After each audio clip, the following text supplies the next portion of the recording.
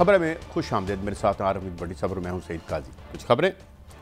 एक केस में सज़ा मुअत्तल हुई तो साइफर केस में दोबारा उनको गिरफ्तार कर लिया गया। कल फिर अदालत में पेश किया जाएगा। उनसे बात करेंगे इस हवाले से कि क्या मुस्तकबिल है उनका। क्या चेयरमैन PTI बैरून मुल्क जाना चाहते हैं? अब तक हमारे पास जो खबरें थी उसमें तो इससे वो सरासर इनकार करते रहे, और अब भी शायद क्या मामला है इस पर बात करेंगे। नैब तरामीम अगर ख़त्म होती हैं तो उसके बाद कौन कौन सी शख्सियात गिरफ्तार होंगी? वैसे भट्टी साहब, रवायत तो ये है कि कुछ लोगों को अबदी ज़मानतें मिलती हैं, वो ज़मानतें हैं ताहयात ज़मानत पे होते हैं, तो कौन पकड़ेगा उनको? और last but not the least, relief देने की बजाय बिजली में घर घर जगह जगह गांव गांव शहर शहर लोग जो हैं वो अपने दुख का इजहार कर रहे हैं, मगर बिजली की कीमत में कमी की बजाय इजाफे की खुशखबरी आ रही है। इस पर हम बाद में बात करेंगे, पहले इस पर बात करते हैं। और भट्टी साहब हमारे साथ मौजूद हैं, नईम हैदर पंजोता साहब, जो कि वकील हैं PTI के। तो मैं चाहूँगा ज़रा आप सवाल से आगाज़ करें। ओहो सॉरी, अब लाइन ड्राप हो गई है, लिहाजा हम आप पे इत्तफाक करते हैं। तो अब उनको एक दिन कल क्या कोई रिहाई का मुश्किल ही लगता है? 180 पर्चों में क्या रिहाई होगी भट्टी साहब? बिस्मिल्लाहिर्रहमानिर्रहीम। देखिए कैसा ज़मानत इनकी किस बुनियाद पे हुई है कि केस में बेशुमार कमजोरियां थी। सजा जो दी गई आईनी और कानूनी नुक्तों को नजरअंदाज किया गया, मुबैना मुल्ज़म को हक़े दफा नहीं दिया गया। सुप्रीम कोर्ट भी कह चुकी है इस केस में कुछ नहीं, और इसी बुनियाद पे आज इस्लामाबाद हाई कोर्ट ने थोड़ा सा ताखीर सही लेकिन इंसाफ का तकाजा पूरा हो गया। अब ये गुजारिश है कि दूसरी तरफ हुकूमत आ जाते हैं। पाकिस्तान की तारीख पे ब्रेक प्रोग्राम से पहले मैं आपसे पूछ रहा था भट्टो पे कितने केस हैं। अगर ये इंतकामी कार्रवाई नहीं तो एक शख्स जिसकी 73 साल उम्र है, तरीके इंसाफ का चेयरमैन है, और उस दौरान उसकी ज़िंदगी के दौरान पीपल्स पार्टी की हुकूमत रही, मुशर्रफ की रही, नून लीग की रही और दीगर रही, एक मुकदमा नहीं हुआ। 16 माह में ऐसा क्या तूफान आया PDM की हुकूमत के दौरान, उन्हें कैसा खौफ आया कि एक शख्स से 180 के करीब मुकदमा दर्ज कर दिए गए, जिनमें बगावत, कत्ल, अगवा, जिले शाह जिसने मारा मुझे पता, पूरे पाकिस्तान को पता, नहीं पता तो पुलिस को नहीं पता। तो कादी साहब बदकिस्मती देखें, ये कभी इम्कान था आईनी माहिरीन के मुताबिक कि इमरान खान साहब की केस जमानत हो जाएगी। उससे पहले कल रात लंदन से और जाती उमरा और इस्लामाबाद कॉन्फ्रेंस होती है। हमें नहीं पता, हमें तरीके इंसाफ का चेयरमैन अंदर चाहिए, और आज अभी रोबकार नहीं पहुंची थी तो FIA वहां पहुंच गई, गिरफ्तारी डाल ली, कल अदालत में पेश करना। यार क्या कर रहे हो? एक तरफ मुल्क के तूलो अर्ज में बिजली की महंगाई की वजह से हर तरफ एक दुहाई है, बिजली ने अन्नी पाई है, लुट पाई है, लेकिन आपका फोकस एक शख्स को, बज़ाहिर तो ये निगरान हुकूमत है, लेकिन बादिउल नजर में ये मुकम्मल PDM का तसलसल नजर आ रहा है। अच्छा भट्टी साहब, ये जो अपना शहबाज शरीफ साहब ने लाडला कहा है, वाकई इमरान खान साहब यानी कप्तान साहब लाडले हैं? अच्छा, अगर लाडले होते तो इनकी ताहयात जमानत इनकी ना होती। अच्छा देखिए, मैंने शहबाज शरीफ साहब को कह लूँ, मादा लाडला एक गाना भी है, इस मुल्क के दारे का लाडला नवाज शरीफ है। अगर लाडला होता तरीके इंसाफ का चेयरमैन तो इस वक्त अटक जेल में ना होता, लंदन बैठा होता मेफेयर फ्लैट में, जिसे सुप्रीम कोर्ट ने सजा दी इश्तिहारी। अब मुझे बता दे, एक शख्स जो अटक जेल में बंद है, उसकी बहनों को नहीं मिलने दिया जा रहा, उनके वकला के कड़ी कड़ी, और एक शख्स जो सजा याफ्ता था, जेल से सर्विस अस्पताल गया, जिसने एक टूटी शावर नया लगवाया और 14 लाख की टाइलें लगवाई, और वो सिर्फ इलाज कराने की गरज से गया, 4.5 से पाकिस्तान नहीं आ रहा। लाडला वो है जिसने आइन का हुक्म मान के सैकड़ों पेशियों पे गया। यह लाडला वो है जिसने सज्जाद अली शाह की अदालत पर हमला किया, आसिफ सईद खोसर के खिलाफ गुफ्तगू की, साकिब निसार साहब, उमर अताब बंदयाल साहब के की, और आज उमर अताब बंदयाल साहब फिर शहबाज शरीफ कह रहे हैं। ये वो शहबाज शरीफ हैं जिन्होंने अपने बड़े भाई मोहतरम नवाज शरीफ का 50 रुपए पे एफिडेविट दिया था। लाडला वो है जिसे जज ये कहें कि आप नवाज शरीफ की ज़िंदगी की ज़मानत देते हो, ज़िंदगी तो अल्लाह के हाथ है मेरे भाई, ये इंसान कब से होने लग पड़ा। कई सब ये साइफर केस ना इस तरीके से उड़ेगा कि आप सोच नहीं सकते। साइफर जो होता है ना, एक कोड होता है, ये वजारत खारजा में पड़ा होता है, उसे मैं आप दुनिया की कोई ताकत डिकोड नहीं कर सकते। उसके साथ एक मशीनरी लगती है, जो चोरी उसमें लगाई है ना, वो चोरी है ही नहीं, वो आज भी एज इट वैसे पड़ा है। उसकी एक कापी कासम सूरी साहब ने army chief justice of Pakistan को भेजी, एक स्पीकर साहब के पास थी, और भी इदारों के पास गई। तो आप कैसे कहते हैं इसके पास से चोरी हो गया? ओरिजिनल तो वहाँ का वैसे का वैसे एज इट, उसे तो डीकोड और को कर ही नहीं सकता। अगर उसकी ट्रांसलेशन है वो तो 50 लोगों के पास है ऑफिशियली। कासम सूरी साहब ने, आपको याद है सुप्रीम कोर्ट के बड़ी साहब हमें ज्वाइन किया है नईम हैदर पंजोता साहब, thank you very much for your time Naeem Haider साहब। तो अब कल भी आपने यही राय थी कि इस केस में तो सज़ा मुअत्तल हो जाएगी, मगर साथ खबरें आई थी कि पहले ही पहुंचे हुए हैं उन्हें लोग गिरफ्तार करने के लिए। रिलीफ कहीं दूर दूर तक आपको नज़र आता है उनके लिए, या अभी उनका आर्डील आपको लगता है कंटिन्यू करेगा? जनाब नईम हैदर साहब। देखिए, बात यह है कि पहली बात तो यह है कि जब एक बंदा किसी मुकदमे के अंदर गिरफ्तार है तो उसको उसी मुकदमे में गिरफ्तार रखा जा सकता है। ये नहीं है कि उसको किसी और मुकदमे में भी गिरफ्तार कर लिया जाए। इसके ऊपर इस्लामाबाद हाई कोर्ट के चीफ जस्टिस साहब ने भी वाज़ेह रिमार्क्स जब दिए थे, उन्होंने बाकायदा तौर पर आसिफ जरदारी केस का हवाला दिया था कि उसके अंदर ये बात तय हो चुकी है। दूसरी बात, जो आइन का आर्टिकल 10A है वो वाज़ेह तौर पर कहता है कि फेयर ट्रायल मिलना चाहिए, ड्यू प्रोसेस जो है वो होना चाहिए। कानून ये नहीं कहता कि आप जो है वो किसी बंदे को गिरफ्तार करते हैं तो उसे इंफॉर्मेशन ले दें। उसके अंदर भी आर्टिकल 10(1) जो है वो वाज़ेह है कि आपने अगर किसी बंदे को गिरफ्तार करना है तो उसे बताना है कि आपको इस मुकदमे में गिरफ्तार किया जा रहा है।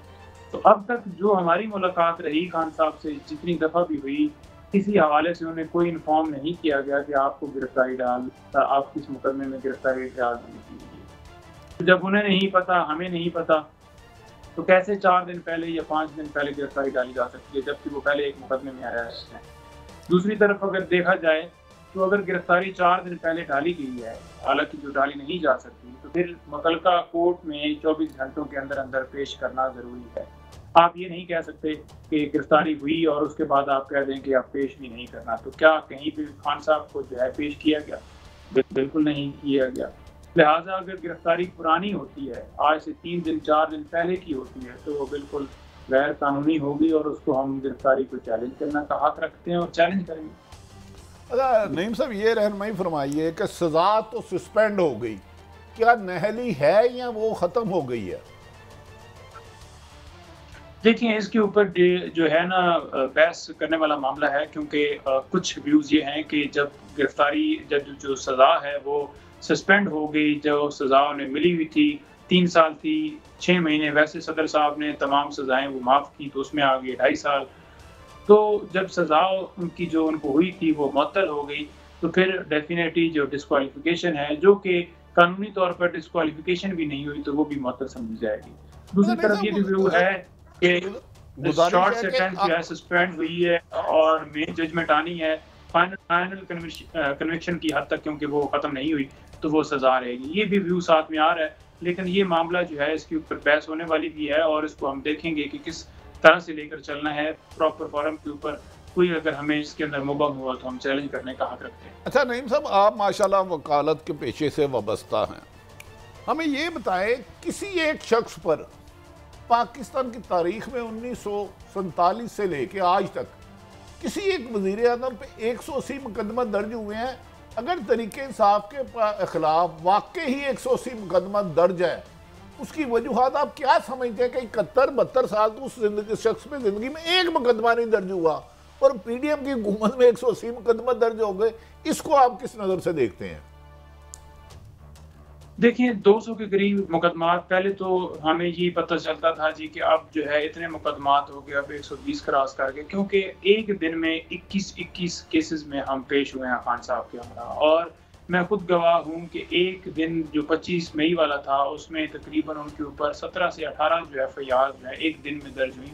और रोल क्या है? रोल सेम है, एक जी इमाम का रोल है। खान साहब की माँ के ऊपर जो है जलाओ गिराव हुआ, खान साहब की माँ के ऊपर जो F9 पार्क है वहाँ पर दरख्त जलाए गए, खान साहब की माँ के ऊपर ये हुआ। अब इसके अंदर वाज़ह तौर पर जो कोर्ट्स ने ऑर्डर किए कि कोई ऐसी एविडेंस, कोई ऐसे शवाहिद नहीं मौजूद जो जोड़ सकें कि खान साहब का ये कसूर है, या उन्होंने वीडियो पैगाम में कहा हो कि आप जलाओ गिराओ। हाँ, पुरअमन एहतजाज, अगर उन्होंने लॉन्ग मार्च की call the, rule of law के लिए या अदलियत की आज़ादी के लिए उन्होंने कोई जो है कन्वेंशन करवाया, या उन्होंने कहा कि प्रोटेस्ट किया जाए, तो उसके अंदर वो कानून, वो आइन वाज़ह तौर पर प्रोटेक्शन देता है पीसफुल प्रोटेस्ट की। तो कैसे आप किसी के ऊपर एक जो कानूनी तौर पर एक इजाज़त चीज़ है, तो आप उसके ऊपर ही आप जो है उसके ऊपर एफआईआर उस लीडर पे डाल दें, और एक दिन में 10-10, 15-15, और वो साथ-साथ आप देख लें कि क्वैश भी हो रही है। तो ये तो वाक़ई बिल्कुल सारी सिचुएशन जो की गई है, ये पॉलिटिकली सारा विक्टिमाइज़ किया गया है। ये दीगर केसेस भी, ज़्यादातर जो केसेस है 109 पर रोल है, और 2-4 केसेस बचते हैं जिनमें ये अल-कादिर है, या तोशाखाना केस है, या तोशाखाना नैब के अंदर जो मामला चल रहा है, या उसके अलावा ये जो साइफर वाला केस है। ये 4-5 केसेस के अलावा बाकी सारे 109 के रोल के केसेस हैं, और कोई एविडेंस मौके के ऊपर मौजूद नहीं है। एक एविडेंस दिखा दें, शवाहिद दिखा दें, तो आप बताएं कि खान साहब ने ये कहा हो कि आप इसको, तो बल्कि उन्होंने कहा कि अगर किसी ने जलाओ गिराओ किया है तो उसके ऊपर इंडिपेंडेंट इंक्वायरी हो, किसी बिल्डिंग को नुकसान पहुंचाया। मैंने तो किसी को नहीं कहा कि किसी बिल्डिंग को आग लगाई जाए। हाँ, मेरी गिरफ्तारी अगर गैर कानूनी डिक्लेयर हो गई सुप्रीम कोर्ट से, जो मुझे अगवा किया गया था हाई कोर्ट में, उस पर लोग निकले, तो लोग जो है वो निकल सकते हैं, प्रोटेस्ट कर सकते हैं, क्योंकि आइन जो है वो इस बात की जो है इजाज़त देता है। अगर नहीं सर, एक आखिरी सवाल, ऐसा लग रहा है कि पीडीएम की हुकूमत की सेंचुरी करने की स्पीड ज़हीर अब्बास से भी ज़्यादा थी। 200 सेंचुरी कर गए मुकदमात की, वो तो ज़हीर अब्बास भी इतनी जल्दी करता था। ये बताएं, आप कानूनी टीम में हैं, क्या आइन और कानून के मुताबिक तरीके इंसाफ के चेयरमैन को आप जाके मुलाकात हो जाती है, उसमें कोई हुकूमत तो नहीं रुकावट खड़ी करती, या जेल हुकाम तो नहीं कोई रुकावट खड़ी करता? जी बिल्कुल, आज तक जितनी मुलाकात हुई हैं, जेल मैनुअल ये कहता है कि आपने एक हफ्ते के अंदर मैनुअल के मुताबिक 6 दिन मुलाकात कर सकते हैं। फिर जेल मैनुअल ये भी कहता है कि एक दिन में 6 लोग मुलाकात कर सकते हैं। फिर जेल मैनुअल के मुताबिक वकला की मुलाकात की पाबंदी नहीं है। एक्सेस टू लॉयर जो है वो उसका हक है, और आप इंसाफ के दरवाजे तक पहुँचने से किसी को कैसे रोक सकते हैं? वो लॉयर के जरिए पहुंच सकते हैं। कोई पटिशन दायर करनी है, कोई दरख्वास्त देनी है, तो लॉयर के जरिए हो सकती है। अब तक टोटल जो हैं 4 वकील खान साहब से मिले हैं, हालांकि उनके ऊपर 200 के करीब केसेस हैं, और उनके जो केसेस के बरक्स जो वकील हैं, तकरीबन 20-25 के करीब जो वकील हैं वो टोटल हैं, और उनको आपने मिलने नहीं दिया। जैसे कि अभी आप देख लें कि ख्वाजा हारिस साहब नहीं मिल पाए, शुएब शहीन साहब नहीं मिल पाए, सलमान अकरम राजा साहब नहीं मिल पाए, इसके अलावा दीगर जो बैरिस्टर गौर साहब हैं वो नहीं, दीगर मैं सारे नाम को फिर लंबी लिस्ट हो जाएगी। उनके नाम दिए, अली जफर साहब का नाम दिया, लेकिन नहीं मिलने दिया गया, और ये जेल अथॉरिटीज़ की तरफ से बकाया तौर पर रुकावट जो है वो डाली गई, और उन्होंने यही कहा सुपरिटेंडेंट साहब ने कि हमें ऊपर से हदायत है कि 2 लोग मिलेंगे, एक उनकी वाइफ मिलेगी हफ्ते के अंदर, और एक वकील मिलेगा। कानून के अंदर कोई ऐसी बात नहीं। हाई कोर्ट के वाज़ेह अहकाम थे जिसमें उन्होंने कहा कि जेल मैनुअल के मुताबिक ट्रीट करें, लेकिन जेल मैनुअल के मुताबिक जब हमने ऑर्डर उनको सेंड किया और रिक्वेस्ट भी की, रिटर्न एप्लीकेशन भी डाली, तो वहाँ से इनकार है, और फिर इनकार है। उनकी बहनों को मिलने के लिए इजाज़त नहीं दी गई। उनकी बहनों को मिलने के हवाले से हमने इस्लामाबाद हाई कोर्ट में दरख्वास्त दायर की, जिसके ऊपर फैसला हुआ, आज जाकर वो जो है उनसे मिली है। तो ये तो सूरत हाल है कि किसी जगह के ऊपर कानून को फॉलो नहीं किया जा रहा। हाई कोर्ट ऑर्डर कर दिया और फैसले को जो है वो नहीं माना जाता। सुप्रीम कोर्ट हाई कोर्ट को कहती है, हाई कोर्ट अपनी मर्जी से आगे फैसला करें। तो ये इस वक्त सारी सूरत हाल चल रही है। अच्छा, ये फरमाएं कि आप उन्हें, क्या आपसे अभी कुछ बात की आपने, अब कब पेश किया जाना है उनको इस ताज़ा केस में? क्या इतलात हैं आपके पास? देखें, बात यह है कि जो साइफर वाला मामला है ना जी, साइफर के ऊपर जो बात अभी चल रही है, जो एक ऑर्डर चल रहा है, उस साइफर वाले ऑर्डर के ऊपर कोई डेट नहीं मेंशन, कोई और चीज़ नहीं, बल्कि उसकी जो वर्डिंग्स यूज़ की गई है वो भी बड़ी अजीब तरीके से है। वो मैं आपके साथ शेयर भी करता हूँ। उसके अंदर जो फिक्रात हैं उनमें भी नज़र आ रहा है कि ये कैसे ऑर्डर पास किया गया है, और 6 दिन पहले की गिरफ्तारी डाली ही नहीं जा सकती। वो क्यों नहीं डाली जा सकती? क्योंकि आपने 24 घंटों के अंदर अंदर मुतलका कोर्ट में पेश करना है। जो कानून कहता है, आइन का आर्टिकल 10(1) ये कहता है कि आपने गिरफ्तार अगर बंदे को करना है तो उसको पहले बताना है, या उसको कहना है कि आप इस मुकदमे में गिरफ्तार हो रहे हो। तो जब एक मुकदमे में बंदा गिरफ्तार है तो उसी में दूसरे मुकदमे में कैसे जो है उसकी गिरफ्तारी को डल नहीं सकती, और इसके ऊपर वाज़ेह सुप्रीम कोर्ट की जजमेंट्स हैं और 24 घंटों के अंदर ना पेश किया गया।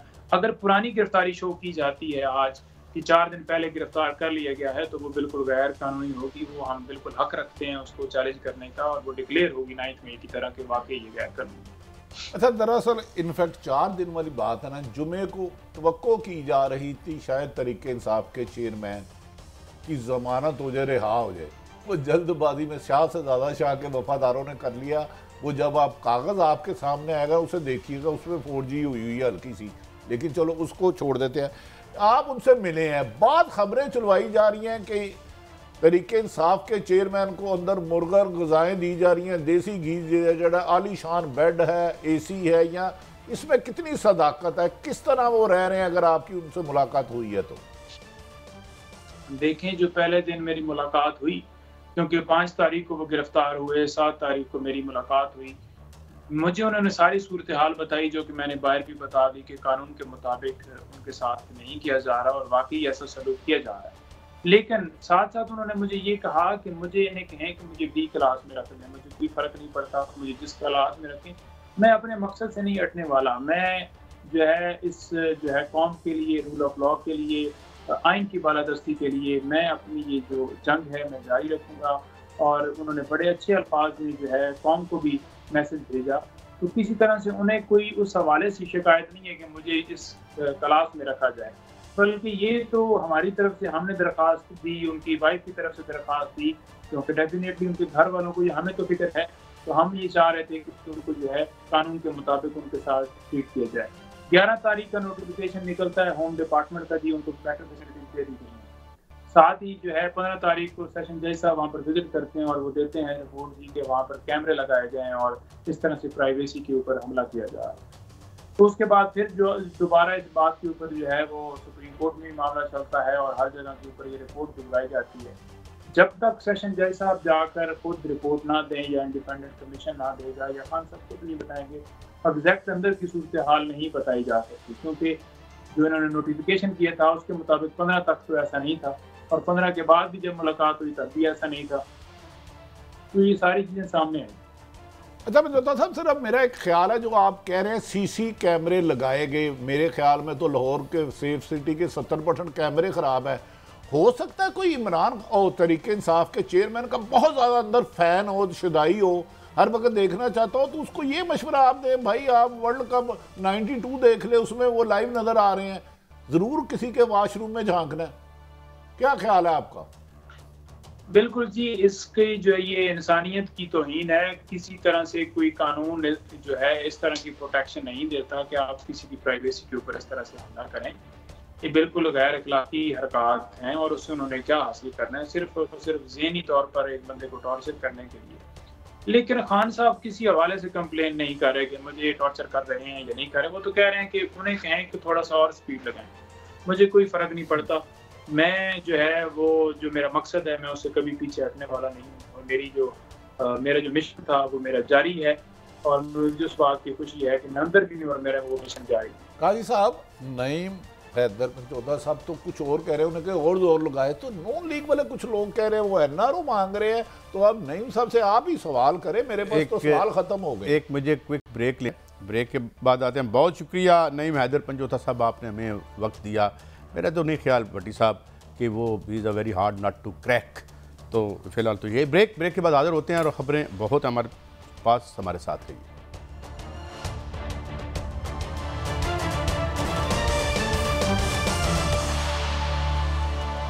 Welcome back. भट्टी साहब, हमें ज्वाइन किया है सेनेटर सैफुल्लाह अबड़ू साहब, जो कि सेनेट में तवानाई कमेटी के चेयरमैन है। Thank you very much for your time और इंतज़ार के लिए बहुत शुक्रिया अबड़ू साहब। मैं पहला सवाल मैं ही अर्ज़ किए देता हूँ।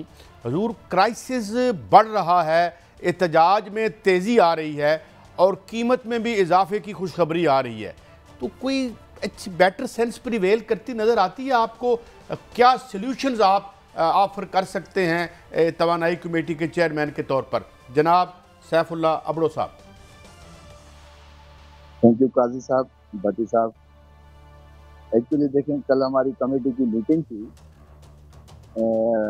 इससे पहले परसों जो मीटिंग थी पीएम साहब की, पीएम साहब ने सारी पावर डिवीजन को बुलाया था, तो कल जब हमारे पास ये आए तो हमने उनसे पूछा कि आखिर वजूहत तो बताएं। वजूहत हमें पता है, एक्चुअली पिछले 2 साल से मैं इस कमेटी का चेयरमैन हूँ, तो ये डिस्कस पहले भी होता रहा है, लेकिन जो सडनली चेंज है डॉलर की वजह से, तो ये अचानक जो रेट इनके बढ़े हैं, तो लाजमी है पूरे मुल्क में आपने देखा है कि सारी जो हमारी आवाम है वो बाहर रोडों पे खड़ी है। तो हमने उनसे पूछा कि भाई आखिर मसला क्या है आप लोगों को, कि मतलब इसका ब्रेकअप कैसे है जो आप आए दिन हफ्ते में 2-2 मरतबा भी बिजली बढ़ा देते हैं। आपको अफसोस होगा काजी साहब कि जब उनसे पूछा गया तो उनके पास कोई इंफॉर्मेशन नहीं थी जो हमारी कमेटी से शेयर करे, जो पावर डिवीजन के ऑफिसर्स आए थे। उनके पास टैक्सेस की डिटेल नहीं थी कि भाई आप टैक्सेस कैसे लगाते हैं या इतने टैक्सेस क्यों, 6-7 किस्म के टैक्सेस थे उसमें। तो उसकी भी उनके पास कोई खातिर था जो उनके पास कोई जवाब नहीं था। फिर आखिर में मैंने कहा यार वजूहत बता दें, वजूहत क्या है। वजूहत हमें भी पता है, एक्चुअली देखें ये आपने देखा होगा कि हमारी कमेटी में 12 स्पोर्ट आया है। ये भी मेन वजूहत है आईपीपी के साथ जो एग्रीमेंट है जो 94 से स्टार्ट हुए हैं टिल 2015 पॉलिसी जो आई है और 2018 तक ये लगे हैं। तो उसको कल उन्होंने एडमिट किया पावर डिवीजन में। पावर डिवीजन ने कहा कि जी ये जो परसेंटेज बढ़ी है, जो रेट बढ़ते हैं, तो उसकी मैंने कहा ब्रेकअप परसेंटेज बताया। उन्होंने कहा कि 70% जो है वो एक्सचेंज रेट जो है डॉलर का, उसमें जो फ्लक्चुएशन आ रही है उसी की वजह से 70% इम्पैक्ट हुआ है। 10% जो इम्पैक्ट है वो जो स्टेट बैंक ने टाइबोट रेट जो बढ़ाया है, पहले 9-10% था, अभी 21-22% है, तो उसी के हिसाब से उन्होंने कहा 10% उसका इम्पैक्ट है। बाकी 20% वो उनका कहना ये था कि वो है कि बकाया जो मतलब हमारे टैक्सेस हैं, उसके अलावा जो मतलब लाइन लॉसेस हैं। अच्छा, वो कहीं भी ये जिक्र नहीं कर रहे थे कि फेस इलेक्ट्रिसिटी क्या है। आप देखें सारे ये डिस्कोज जब बिजली इनसे खरीदते हैं एनटीडीसी से, तो वो पाबंद हैं कि जितनी अमाउंट की वो परचेज करते हैं बिजली, उतना रेवेन्यू उनको वापस करना चाहिए एनटीडीसी को। खास करके सर्कुलर डेट जो इन्होंने अनाउंस किया ना 2008 के बाद, तो इनकी चांदी हो गई है सारी डिस्कोज कंपनीज की कि चोरी उनकी इतनी होती है, उस पर कंट्रोल वो करते नहीं। उनका स्टाफ दिन ब दिन नीचे से लेके ऊपर इस्लामाबाद तक वो मालामाल हो गए हैं। और जो नुकसान होता है, जो रिकवरी उनको करनी चाहिए, जितनी बिजली वो परचेज करते हैं वो अमाउंट नहीं डिपॉजिट करते। जो डिफरेंस है उसमें परचेजिंग कास्ट और जो पे करते हैं, वो डिफरेंस का अमाउंट आ जाता है आपका सर्कुलर डेट में। तो इनकी चांदी हो गई है। लेकिन हमने इनको कहा कि जी आईपीपी के साथ आप लोगों ने एग्रीमेंट फिर कैसे किए थे, उनके पास कोई जवाब नहीं। कल उन्होंने एडमिट किया कि जी 94 से लेके जो आईपीपी टोटल 75 आईपीपीज हैं, 4 पॉलिसीज पाकिस्तान में आई हैं। 94 में आई, उसी के तहत जो है 15 आईपीपीज बने। उसके बाद जो है 2002 में पॉलिसी आई तो उसमें 15 और बने। फिर 2006 की पॉलिसी आई तो उसी में 38 आईपीपीज बने। फिर इन्होंने जो है 2015 में अनाउंस किया जिसमें 7 पावर प्लांट आए, टोटल 75 आईपीपीज हैं। एग्रीमेंट उनके जो है डॉलर्स में हैं। उसी वक्त डॉलर का रेट था 14 सेंट, 15 सेंट, 16 सेंट, जो भी था मुख्तलिफ थोड़ा बहुत। अच्छा शुएब साहब, गुजारिश ये है कि गालबन कमो बेशतर पीडीएम की हुकूमत 16 माह रही और वहाँ से हमने करस्तू साहब को बुलाया, इसहाक डॉलर, ओ सॉरी माफ़ी चाहता हूँ अदब एहतराम से, इसहाक डार साहब। वो तो कह रहे थे आइए मैं मेरी चुटकियों में है, मैं डॉलर को भी 150 से नीचे ले आऊँगा, पेट्रोल को भी 100 से ले आऊँगा, और पूरे पाकिस्तान के तूलो अर्ज़ में इस वक्त लोग बिजली के बिल जला रहे हैं, एहतजाज कर रहे हैं। इसका आखिर आज से कोई 1.5 साल पहले तकरीबन 18 रुपए यूनिट था, अब 65 रुपए से ऊपर हो गया। इसका जिम्मेदार है कौन? आम शरीक कैसे ये बिल दे सकता है? एक्चुअली भट्टी साहब वाजे है, बिल्कुल वाजे है, क्योंकि इनके जो एग्रीमेंट हैं वो डॉलर्स में हैं। उसी वक्त जो रेट था 14 सेंट, 15 सेंट, 16 सेंट, वो मुख्तलिफ हैं आईपीपी के रेट्स वगैरह। तो डॉलर जब आपका 170 पे था, जब ये लोग आए थे, ये जो कहते हैं ना सारी पीडीएम की जमायतें, ये मैं तो उसको जदीद पाकिस्तान कहता हूँ ना, पहले ओल्ड पाकिस्तान था, फिर हमारा टाइम आया 18 से 22 तक, तो वो नया पाकिस्तान था। लेकिन ये जो पीडीएम जो आई ना, जो 12 जमायतें साथ आई, उसके बाद पीपीएम के साथ मिल गई और छोटी छोटी पार्टीज आ गई, ये जदीद पाकिस्तान हुआ। इनका दावा यही होता था हमेशा कि जी हम जो हैं वो काबिल लोग हैं, हम अहल लोग हैं, हम सिर्फ खान साहब को हटा दें, बाकी हम ऐसी तब्दीली इनकलाब लाएंगे कि दुनिया देखे इनकलाब। ये आपके सामने है, डॉलर 170 पे था, आज डॉलर जब 320 पे होगा ना बटी साहब, तो प्राइसेस जो है वैसे भी बढ़नी है। ये अभी कुछ भी नहीं है। आप देखें, अगर उन्होंने डॉलर के रेट को कंट्रोल न किया तो ये प्राइसेस और भी बढ़ेंगी। और जो लाइन लॉसेज हैं, जो थेफ्ट ऑफ इलेक्ट्रिसिटी है, जिसमें इनके डिस्कोज इन्वॉल्व हैं, ये इनके वापडा के एम्प्लॉइज नीचे से लेकर ये ऊपर जो इस्लामाबाद में जो बैठे हैं फैक्ट्री लेवल तक लोग, ये सारे इन्वॉल्व हैं इसमें। जब तक इन पे कंट्रोल नहीं किया जाएगा तो ये रेट जो है बढ़ते जाएंगे। नंबर 2, जो आपने बात की थी इसाक डार की, आप यकीन करें इसाक डार झूठ के सिवा कुछ बोलता ही नहीं। कभी आप उसको बुलाएं ना इस अपने शो में, अगर मुझे भी आप दावत देंगे तो मैं इसको चैलेंज करता हूँ, ये सेनेट में खड़े होकर झूठ बोलता था।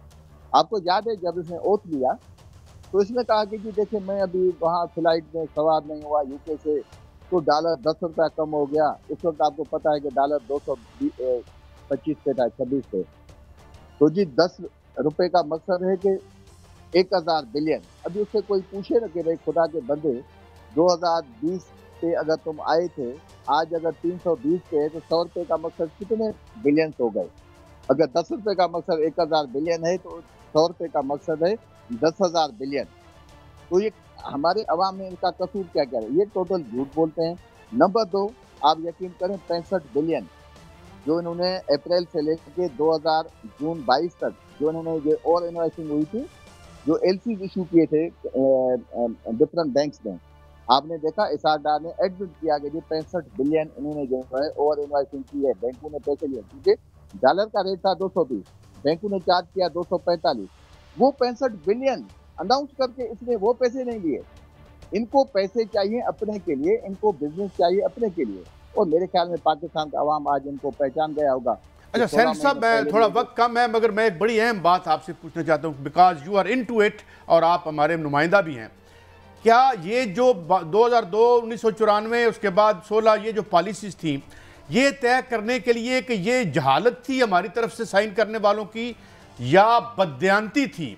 क्या ये मुतालबा नहीं बनता, और अगर बनता है तो क्या आप सेनेट में ये कहेंगे कि ये सारी पॉलिसीज, ये सारे मुआहदे, ये मैं इसलिए कह रहा हूं कि 2012 में फाइनेंशियल टाइम्स ने इन्हें स्वीट डील्स करार दिया था, स्वीट डील्स, ये जो डील्स हुई हैं, तो क्या जिन डील्स की वजह से आज पाकिस्तान खुदा न खास्ता बैंकरप्सी पे है, सोशल अनरेस्ट हो रहा है, ये मुआहदे हमें बाहर निकाल के शफाफ तहकीकात नहीं करवानी चाहिए जनाब अबड़ो साहब? काजी साहब बिल्कुल सिंपल है। कल हमारी कमेटी ने इनको कहा है, क्योंकि 2 फैक्टर हैं। पहली तो आपने जो पूछा ना कि ये मतलब इनसे गलती हो गई या बददियानती के साथ इन सब की लालच है। जो कंसर्न गवर्नमेंट थी, जो उसमें लोग शामिल थे, जो कंसर्न अथॉरिटीज थी, उन्होंने बददियानती की है पाकिस्तान के अवाम के साथ। उस वक्त भी इनको ये कोई हक नहीं था कि ये डॉलर में एग्रीमेंट करते, क्योंकि इन्होंने जवाब दिया कि ये भी पाकिस्तानी, ये टोटल जो सब लोग हैं ये फॉरेनर हैं, ये फॉरेन इन्वेस्टमेंट है। लेकिन एक्चुअली हमारी कमेटी ने पूरी इन्वेस्टिगेशन की। चंद सालों के बाद उनकी ओनरशिप चेंज हो गई। सारे तकरीबन 95% जो ओनर्स हैं वो पाकिस्तानी हैं। इन्होंने कैपेसिटी पेमेंट के वादे किए, उनसे एग्रीमेंट किए कि भाई अगर 600 मेगावाट है पावर प्लांट की कैपेसिटी और 200 मेगावाट बिजली इनसे पाकिस्तान गवर्नमेंट लेगी, तो 400 मेगावाट की इनको आइडियल पेमेंट होगी in the name of capacity payment. ये बददियानती है, ये पाकिस्तान के अवाम के साथ जाती है। मैंने इनको क्या, अच्छा एक बात और आपको मजे की बताऊं, ये जो टैरिफ इनका डिटरमाइन होता है ना on the time of signing off agreement, उसमें एक होती है इक्विटी जो ये इन्वेस्टमेंट करते हैं प्लांट पे, नंबर 2 होता है ऑपरेशनल चार्जेस। उन दोनों को मिला के फिर ये इनका जो टैरिफ है वो तय होता है एग्रीमेंट में। इन्होंने उसमें और इन्वेस्टिंग की है। अगर कोई प्रोजेक्ट उनका, जैसे मैं मिसाल देता हूँ आपको, Hubco power plant, port Qasim power plant, Sahiwal coal power plant, ये तीनों कोल पे हैं, तीनों 1320 मेगावाट के हैं। इनकी एक्चुअली जो कीमत है वो 1.2 बिलियन डॉलर से ज्यादा नहीं। इन्होंने उस वक्त चार्ज किए, किसी ने 1.9 बिलियन, किसी ने 2 बिलियन, तो 0.8 बिलियन की ओवर इन्वाइसिंग की गई है। सिर्फ ये 3 पावर प्लांट आपको बता रहा हूँ, जिसको एडमिट किया सेक्रेटरी अभी लंगड़ियाल साहब बैठे हैं, इन्होंने हमारी कमेटी में एडमिट किया, हाँ सी सर ये बिल्कुल ज्यादती हो गई है और इन्होंने और इन्वेस्टमेंट, ये इस 0.8 बिलियन डॉलर एक प्रोजेक्ट में, 3 प्रोजेक्ट 2.4 बिलियन डॉलर, तो सिर्फ मैं 3 प्लांट का आपको बता रहा हूँ कि इसमें इन्होंने और इन्वेस्टमेंट की। जो सेक्रेटरी पावर ने उसको एडमिट किया, क्योंकि उसकी कंपेरिजन कहाँ से आई, जब अभी जामशोरो में सेम कैपेसिटी का 1320 मेगावाट कोल पावर प्लांट लग रहा है, उसकी कास्ट आ रही है 1.2 बिलियन। ये हमारी कमेटी ने इनको जो है इसकी इन्वेस्टिगेशन की, फिर इन पे ये फिक्स की कि आप लोग जानबूझ के इसमें इन्वॉल्व हैं, ताकि ये अभी पावर प्लांट के पीछे लगे हुए हैं कि जामशोरो पावर प्लांट एक ब्लॉक लगाए अभी तक 660 का, दूसरा 660 जानबूझ के नहीं लगा रहे कि जब टोटल कास्ट आ जाएगी तो 1.2 बिलियन, तो फिर उसकी कंपैरिजन आ जाएगी, फिर इन पे ये पेनल्टी फिक्स हो जाएगी, ये अंडर इंक्वायरी आने चाहिए। हमने कल तजवीज़ किया है कमेटी ने कि ये जो इनिशियल इनके मुआहदे हैं इनकी इन्वेस्टिगेशन होनी चाहिए, इसकी पूरी जो है एवल्यूशन होनी चाहिए कि इन्होंने इक्विटी गलत जो है क्यों ओवर इन्वेस्टिंग दिखाई है, ये पाकिस्तान के आवाम के साथ धोखा है, जो भी इसमें इन्वॉल्व है। अच्छा साहब साहब गुजारिश है कि आप 2 साल से चेयरमैन है और कह रहे हैं इसमें गड़बड़ भी है, बदयांती भी है और आवाम की हक तलफी भी की जा रही है और 440 बिजली चोरी होती है, क्या इनको रोका जा सकता है? और आईपीपी से जो गलत मुआहदे हुए हैं जिसकी 22-23 करोड़ आवाम पे कर रही है, इनको रोकने का आईनी कानूनी तरीका कोई नजर आता है? हाँ बिल्कुल भट्टी साहब, बिल्कुल है, क्योंकि इनकी जब एग्रीमेंट होती है तो उसमें एक क्लास होती है कि वो मिस इन्फॉर्मेशन अगर देंगे या कोई फ्रॉड करेंगे गवर्नमेंट ऑफ पाकिस्तान के साथ, जिसके साथ वो एग्रीमेंट करते हैं, तो फिर उन पर एक्शन होना चाहिए। ये 2 क्लासेज हैं और ये इंटरनेशनल मुआहदे होते हैं। जब भी आप कोई भी कॉन्ट्रैक्ट या कोई भी स्कीम आप किसी के साथ भी एग्रीमेंट गवर्नमेंट ऑफ पाकिस्तान करेगी या किसी बाहर के मुल्क के साथ हमारा इदारा लोन लेता है जैसे वर्ल्ड बैंक या एशियन बैंक, तो उसी में ये क्लासेस होती हैं। अभी ये इन्वेस्टिगेशन होनी चाहिए from the day of signing off that agreement for that IPP plant, तो उसी में ये आइडेंटिफाई हो जाएगा कि इस प्लांट की कीमत कितनी थी, इन्होंने क्यों ओवर कोट क्या की, उसी पे टैरिफ ज्यादा क्यों लिया, इसी पे इन पे एक्शन बनता है। अभी अथॉरिटीज हैं, आपको पता है कि पाकिस्तान में सबको आना पड़ेगा आगे, इस एफिलिएशन को छोड़ के कि ये आईपीपी मेरा कोई जानने वाला है, ये आईपीपी किसी पार्टी का है, लेकिन ये 75 आईपीपी सारे लाइसेंस इसी के हैं, कम से कम इसमें पीटीआई का हाथ नहीं है। ये 75 आईपीपी क्या आप इस पे आवाज आइंदा भी उठाएंगे कि चंद आईपीपी के मालकान जो कुछ कमीशन दे के या मुबैना हेर फेर करके 23 करोड़ आवाम पर रोजाना बिजली का बम मारते हैं, इसे रोका जाए? क्या आइंदा आप इस इजलास में जो भी होगा उस पर आवाज बुलंद करेंगे? भट्टी साहब, मैं आपको काजी साहब को इनवाइट करता हूं। हमने कल मीटिंग की है, कल डेट थी 28, और अभी हमने दूसरी मीटिंग का आज ही नोटिस निकाला है, क्योंकि पावर डिवीजन को हम टाइम नहीं देना चाहते थे। अभी मीटिंग है 5 सितंबर को। मैं दोनों भाइयों को इनवाइट करता हूं, आप आएँ।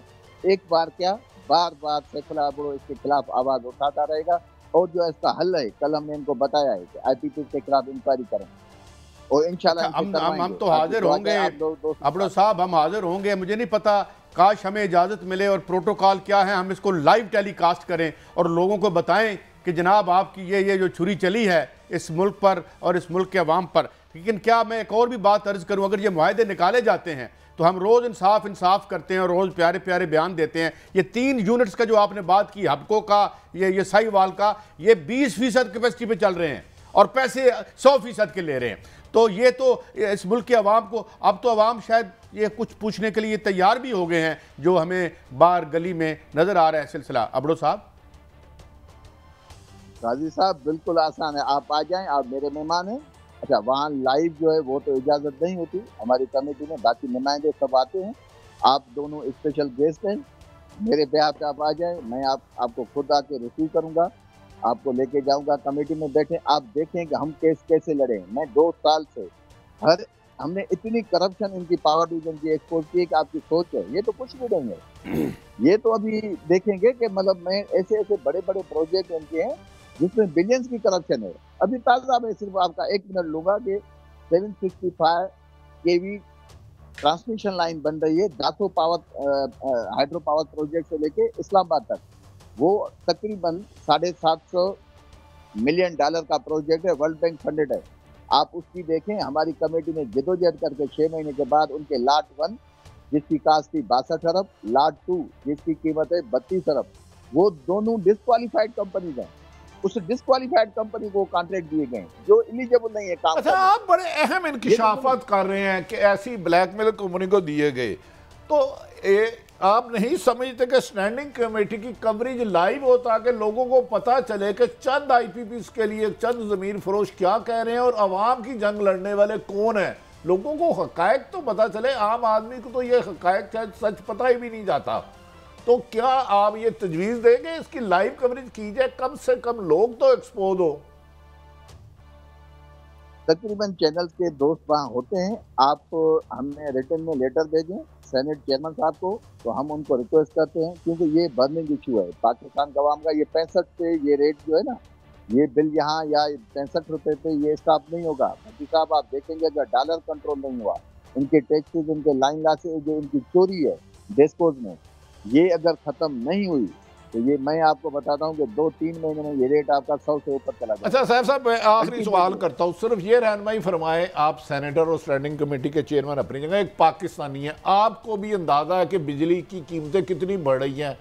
क्या ये जो सैलाब अवाम का एहतजाज का आ रहा है बिजली के बिल जलाने का, ये तो वक्त आएगा हुकूमत भी कंट्रोल नहीं कर पाएगी अगर बर वक्त का फैसला ना किया कोई। बिल्कुल देखें जी, अवाम आप दुनिया में देखें जहाँ भी इनकलाब आए तो अवाम मजबूर होकर निकला है ना बाहर। ये तो बिजली तो एक जवाब है। आप बिजली की हालत देखें, कोई भी डिपार्टमेंट, खड्डी साहब मैं आपको बताता हूँ, मैं 5 स्टैंडिंग कमेटीज का मेंबर हूँ, हर सेनेटर 5 कमेटीज का मेंबर होता है। मैं PAC में भी अपनी पार्टी की तरफ से मेंबर हूँ। आप यकीन करें, वहाँ जिस डिपार्टमेंट का जिक्र खोलें, जो अभी आपने कहा इंशाफात, जिस डिपार्टमेंट की कारकर्दगी देखें, कोई ऑफिसर, मैं चैलेंज करता हूं कि कोई ऑफिसर 95% 99% ऑफिसर बात नहीं कर पाते। वो सिर्फ आते हैं कि बस ये घंटा, 1.5 घंटा, 2 घंटा ये टाइम निकल जाए हमारे किसी तरीके से, वरना उनकी न कोई तैयारी होती है। करप्शन एक एक डिपार्टमेंट में इतनी है कि आपकी सोच है। तो इस करप्शन के खिलाफ हम सब ने उठना है, खास करके ये पावर डे की। देखें, सिर्फ ये बिजली के बिलों का इशू नहीं है, जब बिजली बढ़ती है तो उससे इन्फ्लेशन में भी इजाफा होता है। जो भी आपकी फैक्ट्रीज चल रही हैं, जो भी आपकी, और जो भी मतलब हमारी सोसाइटी में जो हमारे कंपोनेंट हैं, उसी में बिजली की कंजम्पशन है ना, तो वो जितनी कास्ट उसमें लगेगी अल्टीमेटली वो कंज्यूमर पे आएगी। ये हम तो सिर्फ बिजली के साहब ये बड़ी ये कहानी है और हम ज़रूर हाजिर होंगे। भट्टी साहब से भी मैं रिक्वेस्ट करूंगा कि हम आएँ और हमें चलें, जहाँ तक भी आप हमें एक्सेस दे सकें, हम लोगों तक उनकी बात पहुँचा सकें। बहुत शुक्रिया, आपने हमें वक्त, प्रोग्राम का वक्त ख़त्म होता है नाज़रीन। ये बिजली नहीं बन रही थी, हम बार बार कहते हैं ये माल बन रहा था, तो या माल बन सकता है या बिजली बन सकती है। अब बिजली बनानी पड़ेगी क्योंकि हालात जिस तरह भट्टी साहब कह रहे हैं कि ये किसी और सम में भी जा सकते हैं। हमें होश के नाखून लेने चाहिए। वक्त ख़त्म हुआ, कल फिर मिलेंगे। अल्लाह हाफिज़।